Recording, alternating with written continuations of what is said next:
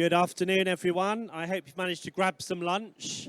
The queues were a bit shorter at the kiosks today. I was very glad to see. So welcome again to Theatre 3 at the Museums and Heritage Show 2022. I'm Stephen Spencer. Now, we've heard a lot in this theatre about the power of storytelling. So what better to hear than the story of the Story Museum in Oxford from its director, Caroline Jones. Here she is. Hello. Hi there, hello. Thanks so much for coming to my session. So I too have noticed the number of sessions that have been in the show all around storytelling. How you can use it in public engagement, how you can use it in your fundraising. And ironically, being the Story Museum, that's sort of what we're not going to talk about that because I'm just going to tell you the story of the museum, how it came about, and how we believe the power of stories is basically the answer to everything. So has anyone been? We're very new, it's fine if you haven't. Has anyone been to the museum in Oxford? Hooray! Well, for those of you that haven't, I probably ought to just show you a film which has already started.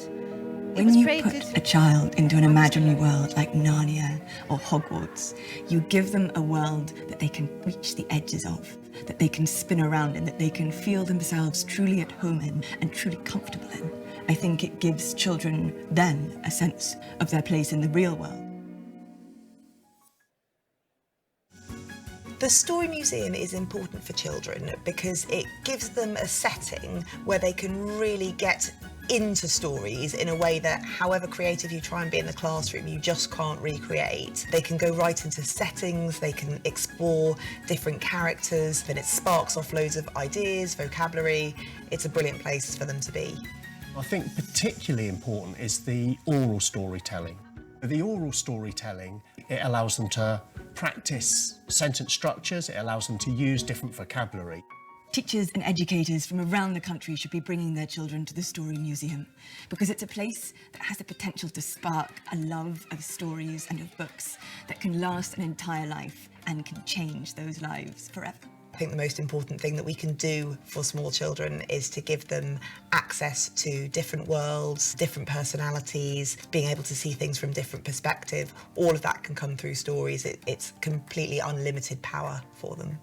As a teacher, you think about the English national curriculum, but a good story, the stories that are celebrated at the Story Museum are far more than that. You're learning about history, you're learning about geography, you're learning about different world views. It's immeasurable, really, and the children take away so much. When you come to the Story Museum, it's about enhancing creativity, it's about helping children become their own storytellers, giving them sparks of ideas about characters, about settings, about situations that they can then take and incorporate into their own worlds and their own ideas.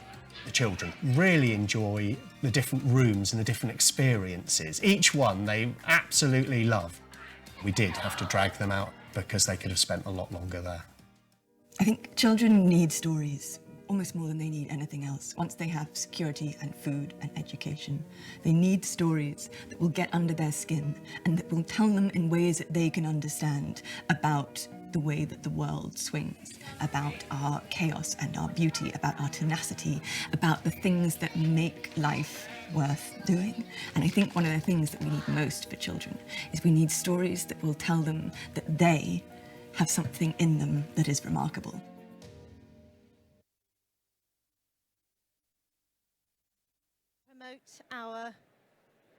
That was made to promote our schools programs particularly, but I just thought it would give you a sense of some of the spaces we've got. So we're a museum. We've only been open fully for about 9 months. We were in gestation for many, many years. We were due to open on the 4th of April 2020. Don't need to tell you what happened. It didn't happen, but I'm here to tell you that we're up, we're running. It's going fabulously well. So I'm just going to talk you through the story of how we came to be. So humans are storytelling creatures. Most of us love stories. We use stories to understand ourselves and the world around us, to communicate, to remember, to imagine. We unite over stories and we fight over them. Whether it's about playing pretend as a child, reading a book, watching a film, playing a computer game, many people love to escape into these secondary worlds. These worlds have different rules. Animals talk, carpets fly. It's always winter and never Christmas, and you can feel the force. But if the rules are internally consistent, we can identify with and empathize with those characters and suspend our disbelief. We feel like we're inside the story. These stories feed our deeper mythical brain. People who study stories identify motifs and themes that reoccur. Objects like swords and cups, keys and mirrors. Characters like heroes and monsters. Themes like the flood or the hero's quest. This secondary world is a bit like dreaming. It's disjointed, it's brightly colourful, it's very appealing. It taps into our hopes and our fears. The oldest stories, the myths and the legends and the folks and the fairy tales, are particularly good at engaging these fundamental emotions, which is maybe why they appeal so much to psychoanalysis. They somehow get us to the truth. Now, author and Story Museum patron Philip Pullman wrote, "I think that fairy tales are ways of telling us true things without labouring the point. They begin in delight and they end in truth. But if you start with what you think is the truth, you'll seldom end up with delight. It just doesn't work that way round." Scans of a human brain being told a story show how much the brain is literally lit up by being invited to step into that mythical part of your brain. It's like Christmas up in there, really brightly coloured. That's why storytelling is so ubiquitous in public life. Journalists, politicians, businesses, they know that stories have the power to change minds. As the hoppy Indian American proverb goes, those who tell the stories rule the world. So given this incredible power, the power to literally change the world, it seemed to a few of us that there really ought to be a place dedicated to stories, a centre for collecting and understanding, interpreting and crucially sharing them. So we decided to make one, and to make it a museum. The root of the word museum, as you no doubt know, is the Greek mousa, muse, and mauseon, I don't know if I'm saying that right, seat of the muses, meaning a place of great inspiration. And that's what we wanted to create, a museum about the stories that we make up, fictional stories in all their forms, from traditional spoken to printed, performed, books, comics, films and games, a place of inspiration and imagination. And we decided to make it especially for children and young people. We already know that stories are especially important for children. Research shows that children who can enjoy stories with people they love grow up smarter, kinder, happier, and ultimately even better off. But those who experience word poverty, or who never see themselves represented in stories, or who can't articulate their own story, are disadvantaged for life. So we set out on a mission to help children grow up rich in stories and able to tell their own. Oxford's a good place to do this. It has a rich and varied story heritage. So many stories are started or located there. Alice in Wonderland, Lord of the Rings, Chronicles of Narnia, His Dark Materials. And there are new stories coming out of that city every day. It seems to breed authors. Historically and currently, there are so many living and creating there, along with other story makers, filmmakers, theatre directors, games designers. We've involved these practitioners and experts at every stage of developing the museum. Oxford is also a place of contradiction and complexity. Although it's famous for elite education and privilege, it's also home to some of the most disadvantaged children in the country. About 26% of them live below the poverty line, and intergenerational illiteracy is a real issue. So over the past 15 years, we've been developing and testing stories, ways of enjoying them and learning from them that can engage children right across that socioeconomic spectrum, from toddlers to teens. The Story Museum is unusual in that we didn't grow from a collection. We started from the other end, with what children want and need. And since we acquired our building in 2009, we've been working with those children, parents, teachers, writers and designers to choose great stories and create great experiences that support learning, creativity and well-being. And through that, to help those children fulfill their potential. Our first collection of 1001 stories, and 1001 is about equivalent to one story a week from age 0 to 18, which is rather neat. It's available online and it informs our programming, so I think of it as a big sort of golden pond that we reach into and pull out a story to put in our galleries, put in our theatre, create a digital resource pack around. The collection is dynamic and it'll change over time to ensure it remains relevant and resonant with the widest audience. Indeed, it's already evolving with the help of 100 young people who are part of our Young Curators Network. They're reviewing new stories for us and recommending ones they've enjoyed and generally making themselves heard. Young people also help us to create films, storyboards, record soundscapes, design and test installations, all of which can be found in our museum. Co-creation's become quite fashionable, but at the Story Museum, we've been doing it for a while, and we're always trying to do it better, consciously finding ways not to over-prescribe for those children, to set the parameters not too firmly, to give them space, to free their imaginations, and so that we're truly hearing their stories.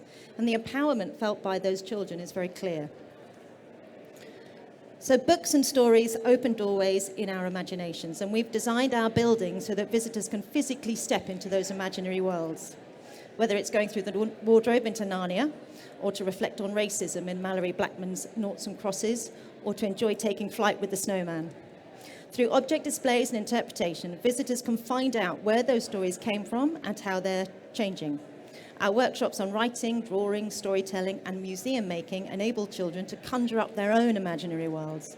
And we're currently figuring out how, at a time of growing climate anxiety and social injustice, we can best help young people to tell a better world into being and make sure that adults listen. So none of this would be possible if it wasn't fun. Our core value is to be seriously playful, and fun is the word that visitors most use to describe their visit. Whether it's whoops of laughter as kids discover Horrid Henry's farting bed, or their delight at being able to freely doodle all over a wall, or genuinely go on an actual bear hunt. The skill, I think, is being able to create experiences for children and young people that are as fun as a farting bed and scrambling about, but which are simultaneously building skills and knowledge, changing attitudes and behaviours, and developing role models and relationships. And these three outcome areas are plotted into every activity we do. So every school session, digital resource, every installation, so that our young visitors, and maybe even our older ones, are learning through play. We take the strawberries, not spinach approach to museum education, so they're both good for you, but strawberries just taste nicer. Our offer is based on deep research, knowing what children need at every stage of their neurological development. So nursery rhymes and picture books stimulate early language. So we made Small Worlds, which is a gallery celebrating picture books and song. Oral storytelling develops spoken language, hence the Whispering Wood, which shares traditional oral tales pulled together from around the world. Immersive experiences around books encourage independent reading, which is now known to be the best possible indicator of later success or fulfillment in life. So we made an enchanted library with 8 story worlds that you can step into. And shaping your own narrative is particularly important for teenagers. So we do a lot of co-creation with them. So we're lucky to have a great subject matter because stories in themselves are inspiring, as anyone knows who's tried to switch off a TV cartoon or drag a young reader from a book. And the best storytellers completely understand that deep magic, to quote C.S. Lewis. The best storytellers understand it, which is why we've always involved them in creating the content in our museum. And of course, children inspire us and ensure we get it right, especially if we ask them the right question in the right way. So when we were planning our new galleries, we didn't get them to do a questionnaire or do a focus group. We created a flying story machine, which set off around the story universe, and the kids decided where to go, and they decided what to collect and bring back. Top of the list was playing poo sticks, so now they can. We tried to only work with exhibition designers who can channel their inner child to add inspiration to every part of the museum. In fact, we most often work with designers from theatre and TV and film, because they're really good at creating whole, complete, immersive worlds. Museum education spaces can sometimes be a little sterile, but what Year 5 doesn't want to learn in a Hogwarts magic common room? And children enjoy the playful little touches that we have sprinkled about the place, like fire exit signs with running rabbits instead of men, and miniature story worlds hidden around the building at child height. I thought I had the little rabbit running around, but maybe I don't. Oh, you did see it? Oh, I just skipped over it too quickly. The local planning authority had a rare moment of humour and allowed to put little white rabbits on the fire exit signs, and kids noticed that stuff. So we always start with a story. They're woven into every aspect of our organisation. So, of course, most obviously in the building design and the curation and the display that we've just discussed, but also they lead to an integrity and purpose in our day-to-day work. So staff training often starts with storytelling, and memorably in March of 2020 I did a session on business modelling, and I started with a book called Shh, We Have a Plan by Chris Houghton. ultimately, the conclusion is the plan's only as good as the people making it, and we then had to prove that time and time again over the next tumultuous 2 years, and I imagine the same was true for everyone. When we recruit for our front of house team, top of the person spec is that they have the willingness, if not the ability, to tell stories, and it works. Our story guides get the most often positive comments from our visitors. They even get shouted at like celebrities in the street by children who have visited the museum with schools, which is rather sweet. So all our staff and volunteers undertake storytelling, which is a true art, and I'm not very good at it, but I would commend it to any cultural leader because it's a way of really cutting through the noise and doing that thing in the brain for your audience.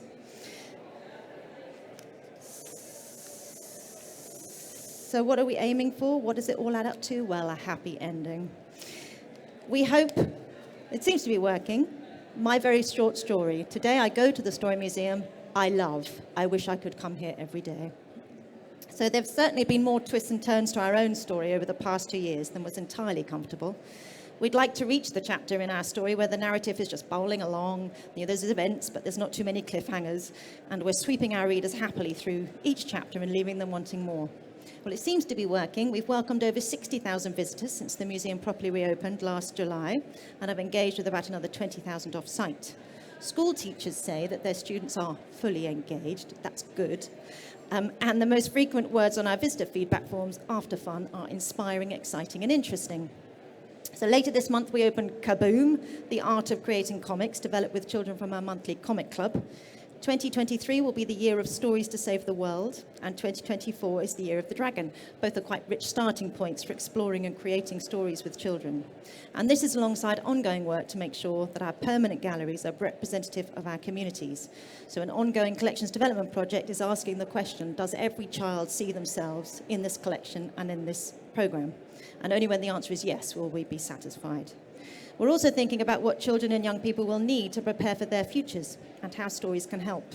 We need to enable them to develop resilience by finding sources of light in the darkness and raising their voices on the topics like climate change and social justice.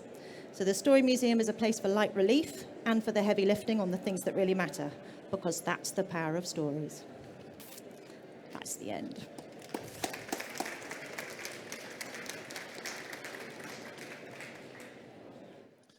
Thank you very much, Caroline. That was fascinating and uplifting. Do we have some questions for Caroline? If you'd like to put your hand up, I'll bring the mic to you. Yes.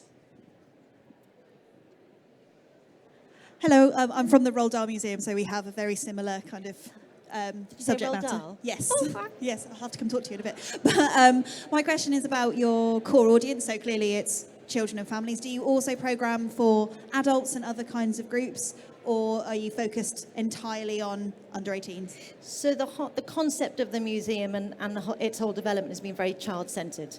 If we start with the child and the adults around them, that's how we get to the integrity of purpose that I think we're achieving. We do have adult storytelling with the Crick Crack Club, who are a national storytelling club. They have a residency with us about once a month. And a lot of the workshops and talks and events we might do around, for example, getting yourself published, the things that would appeal to what is quite a large student community in Oxford. We do a bit of that. But actually, I think if COVID taught us anything, being really clear about your mission and sticking to it, as opposed to being tempted to do all this pivoting, we felt that was a way through. And so about 80% of the people, 50% of our visitors are under age 18, and about 80% of them come in family groups. So that's very much who we're talking to. Thank you. Another question? Yes. Do you have any tips for creating an immersive experience on a non-existent budget? I mean, I could tell you, but then I'd have to kill you. I said it at some point in here, and it sounds a bit trite, but we always start with the story. Because if you start with an integrity and a consistency, you're more likely to end up with it.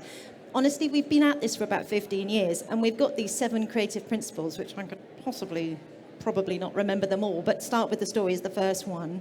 Go universal. Consider it as a jumping off point. So how is that story going to live on in the minds of your visitors once they've left your museum? Open doors to other worlds. Again, it sounds a bit trite, but that's what stories do, and it goes on like that. And as I say, we work a lot with TV and theatre and film designers because they're really good at creating whole worlds. And we test everything with children, and they tell you exactly what they think. If it's not working, you get that idea very quickly. Do you think you've learnt techniques that could be applied to any business in terms of how you ideate, for want of a better word, and how you actually implement concepts and experiences? Probably. Again, the storytelling is the thing that makes it stick. So if you want kids to learn facts, you tell them facts. If you want them to remember the facts, you tell them the story. So there's something about the very nature of story and what it does in the brain that is entirely translatable. And I guess that's why everybody talks about storytelling now. Maybe we should write a book I think you probably should. and tell other people how to do it. You mentioned also you don't use focus groups. You use, what was it, a magical flying story flying machine? story machine, Yes, yeah. how does that work? It was a big immersive exhibition. It lasted for about 18 months. And we had a series of different stations or activity points, if you like, and each one explored a different story form and invited visitors to feedback. So we do a lot of in-exhibition gathering of data or opinions. So we're very fond of those brown luggage labels because they're just the perfect size for somebody to say something meaningful but not too extensive. So we have those hanging everywhere with people's commentary. Fab. Any more questions for Caroline? Yes. You mentioned about your brown labels. Do you have any other sort of really child-friendly techniques for getting back feedback and evaluation that would be you can give us tips on? Talking to them, just having a conversation. You know, our whole museum is a conversation with everybody that's coming through the door. In terms of curating for children a display, if you're an adult, never forget to look at knee height because there's bound to be something really cool down there that you haven't noticed. We do a lot of fairy doors, little story worlds in boxes that are posted at just a low height like that. But I think just talking and listening, they're full of wisdom, 5-year-olds. Yeah, I need to move away from the speaker, otherwise something terrible will happen. I think, it's a universal law really, isn't it, in visitor attractions that talk to the children rather than the parents, and you'll get a better result with both. Yep. Bit like those brightly coloured cupcakes, just in their eye line. Yes. Okay, any more questions? Well, do come and speak to Caroline at the end. I'm sure she'd love to share more insights with you. But in the meantime, thank you very much, Caroline. You're welcome. Thank you.